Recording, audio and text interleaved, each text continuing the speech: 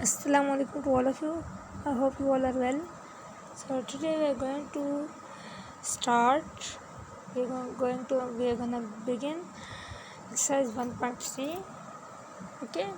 So for this we have to go to the register page where we have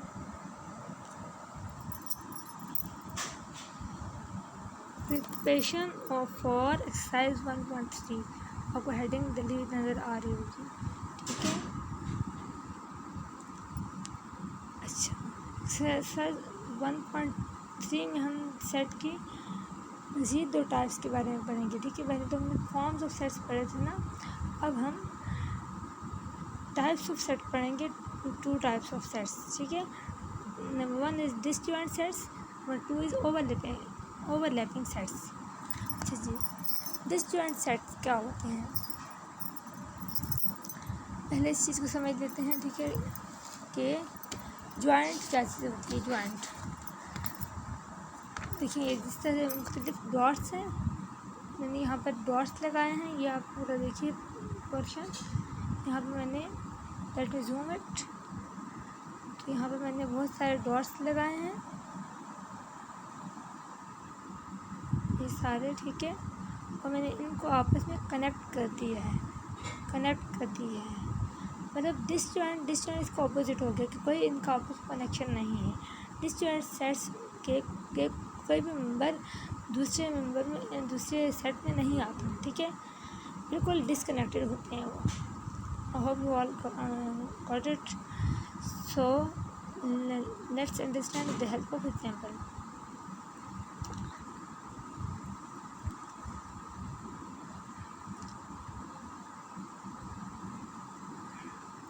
Suppose A is equal to 1 to 3 and B is equal to 4 5.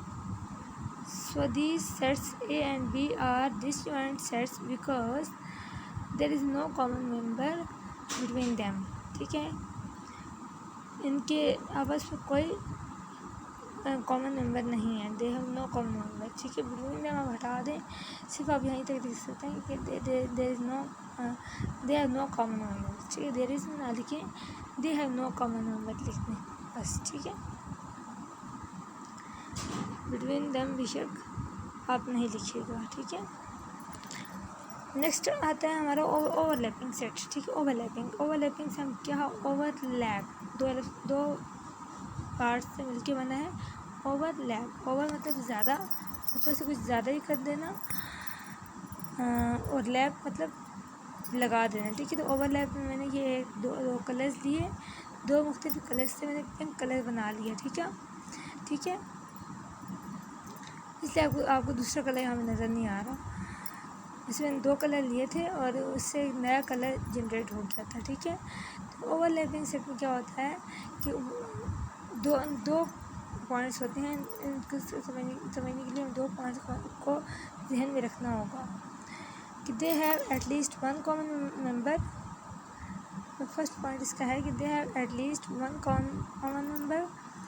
एक से ज़्यादा common member इनका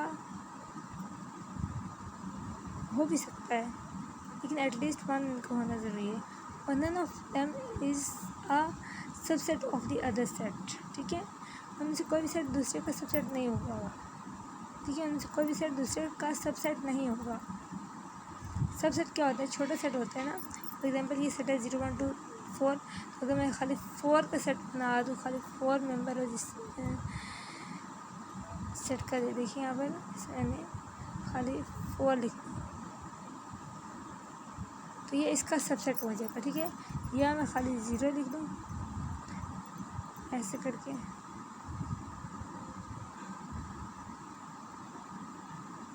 खाली 0 लिख दूँ तो भी इसका सबसेट हो जाएगा. ठीक है.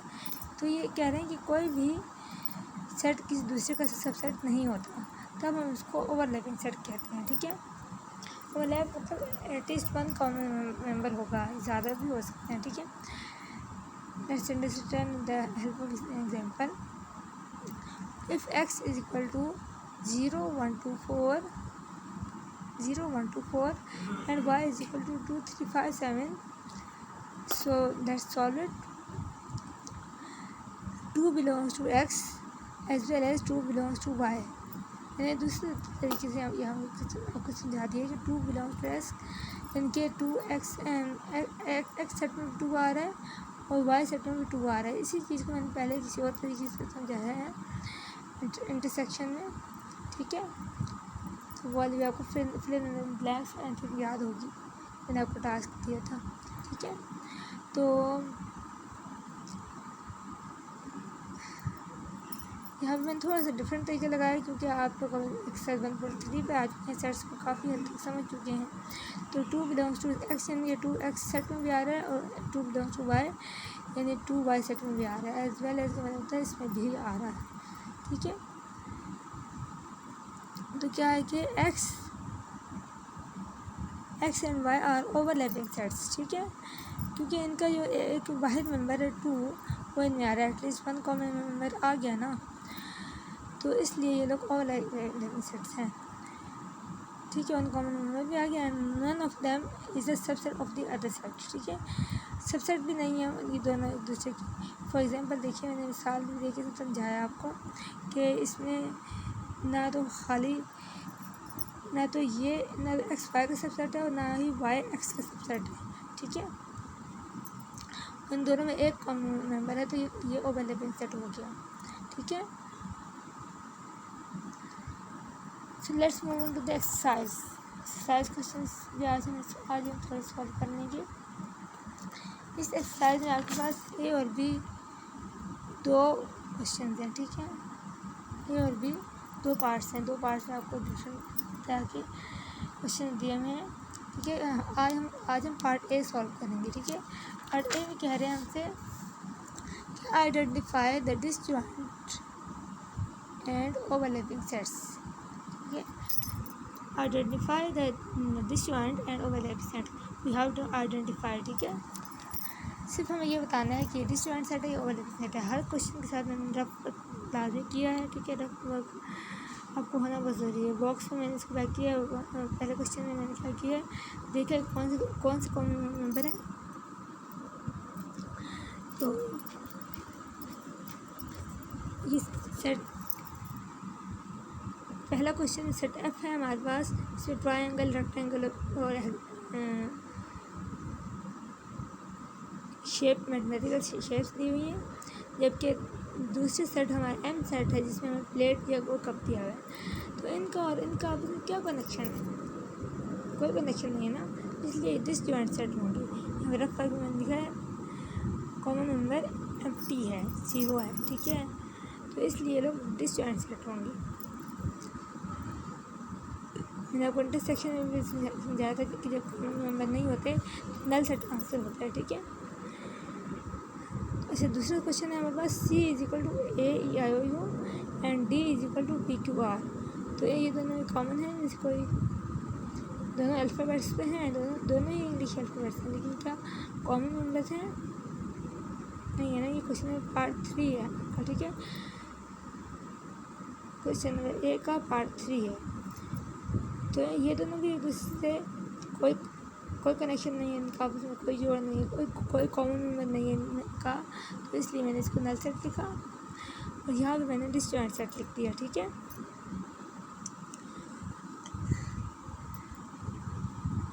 अच्छा जी, अब मैंने कुछ क्वेश्चन मैंने डिसजॉइंट सेट और ओवरलैपिंग सेट अलग अलग करके से मैंने आपको सारे डिसजॉइंट सेट करवाए हैं। अगले पेज में मैं आपको ओवरलैपिंग सेट बताऊँगी, ठीक है। अब हमारा क्वेश्चन नंबर 4 ये है C is equal to A C D F and D is equal to 1 2 3। So ये कौन सा सेट है? ए सी डी एफ और 1 2 3 टोटली डिफरेंट है। एक मैथमेटिकल काउंटिंग है, एक इंग्लिश अल्फ़ाबेट है। तो फिर इसे अगेन हमारे पास नल सेट आ गया। ये है जी डिसजॉइंट सेट, ठीक है, देखिए। अच्छा, ये क्वेश्चन नंबर 6 हमारा थोड़ा सा डिस्क्रिप्टिव फॉर्म है, टिपिकल नहीं कहूँगी, लेकिन डिस्क्रिप्टिव फॉर्म है, टाइम टेकिंग में समझना पड़ेगा। n is equal to set of natural numbers from 10 to 40 and w is equal to set of whole numbers up to 40। up to 40 का मतलब है 40 से अबव, 40 से ज़्यादा, ठीक है। 40 भी शामिल नहीं होगा, 40 से ज़्यादा यानी 41 से स्टार्ट होगा ये, ठीक है। तो आपको देखिए यहाँ पर कोई कॉमन मेंबर है, इनको मैंने वैसे भी बना दिया यहाँ पर, आप इन रफ में मैंने बना दिया है समझाने के लिए। ऐसे एक वर्ड अप टू से हम समझ में आ रहा है कि ये किससे ज़्यादा है, तो दोनों का आपस में कोई ताल्लुक नहीं होगा। इसका मतलब है ये डिसजॉइंट सेट्स होंगे, ठीक है। इसका मतलब ये सेट हमारा डिसजॉइंट सेट है। Set of natural numbers from 10 to 40, तो मैंने यहाँ पे लिख दिया सेट ऑफ नेचुरल नंबर्स, लिख दिया 10 to 40। नेचुरल नंबर्स हमें पता है 1 से स्टार्ट होते हैं, 1 2 3 4 एंड सो ऑन होते हैं, लेकिन नेचुरल नंबर्स फ्रॉम 10 to 40 हमने लिखा 10 से स्टार्ट किया और 40 भी एंड कर दिया, ठीक है। क्योंकि होल नंबर्स हमारे स्टार्ट होते हैं, हमें पता है कि 0 से स्टार्ट होते हैं, ऐसे set of whole numbers up to 40 था ना, 40 से ज़्यादा स्टार्ट होने हैं, ठीक है। तो जबकि होल नंबर्स हमें पता है 0 से स्टार्ट होते हैं एंड सो ऑन जाते हैं, ठीक है। 0 से स्टार्ट होते हैं एंड सो ऑन जाते हैं, जबकि ये अप टू 40 यानी कि 41 से स्टार्ट होगा। देखिए आप लोग यहाँ पर इसको आउट करके आपको दिखाते हो कि 41 से स्टार्ट हो रहा है, 41 42 43 एंड सो ऑन है, ठीक है। तो इसलिए एक में 40 तक और दूसरे सेट कह रहे हैं 40 के बाद से शुरू हो रहा है, तो ज़ाहिर सी बात है ना, कोई ताल्लुक नहीं है इनका आपस में, ये दोनों डिस्टेंस सेट है। I hope you all got it. So video बहुत लंबी हो रही है, तो मैं आपको ओवरलैपिंग सेट इसका वीडियो दूसरे पार्ट में समझा दूँगी, ठीक है। Thank you so much for watching my video. अल्लाह हाफिज़।